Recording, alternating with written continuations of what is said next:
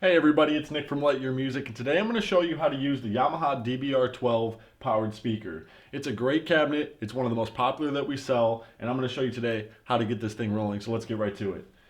The mic line 1, that's one input. Then you have input number 2. You can plug in an XLR cable or a 1/4 inch cable into both of these. So that slot right here might look a little bit different than what people are normal to. It is either a 1/4 inch or an XLR, so it'll fit both. So you have your two inputs right here. You also have a traditional RCA input. You could run a laptop, a tablet, a phone, a karaoke player, whatever you want to plug into it back here. You have a traditional RCA port for that.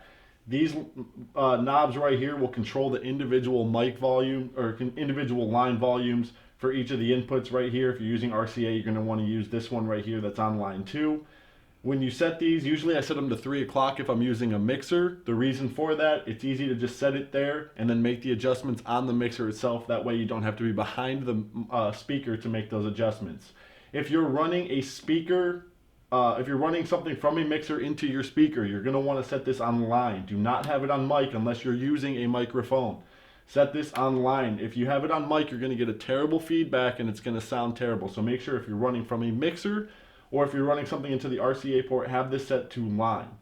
Now, if you're going to daisy chain a speaker off of this, you can plug the output here into the input of the other speaker. If you have something just coming from one, you have this button pushed out. If you have something from both, you push this in. Channel 1 and 2 mix will bring both channels together and mix it into the other speaker. Or if you have it just on line 1, you can just push this out and that'll just be channel 1 going through to the other speaker.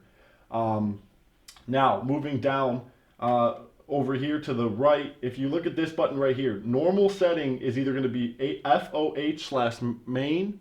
This is front of house/main. This is the main setting you're going to want to have it on. If it's off, that's no big deal. It does nothing to it. And then if you're going to set it as a monitor speaker, which means out in front of you so you can hear either you singing or a band playing or whatever you're going to use it for, you set that to monitor. That's going to limit the feedback, but it's also going to take away some of the effects on it. So you're going to want to make sure it's on front of house/main or off.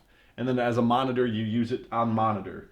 Going down here, if you have a subwoofer running off of this speaker, 100 hertz and 120 hertz determines how much power the speaker itself will send to the subwoofer. So if I have this on off, it's not going to send very much at all. If this is to 100, it'll send a medium amount of power and then almost all the power. If you want to run it full blast, you're going to put it on 120. If you're using just the speaker, no subwoofer, set this to off.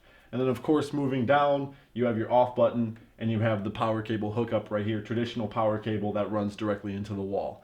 Thank you guys so much for watching. Subscribe to our channel, like the video if you liked it. Don't forget to hit that bell notification.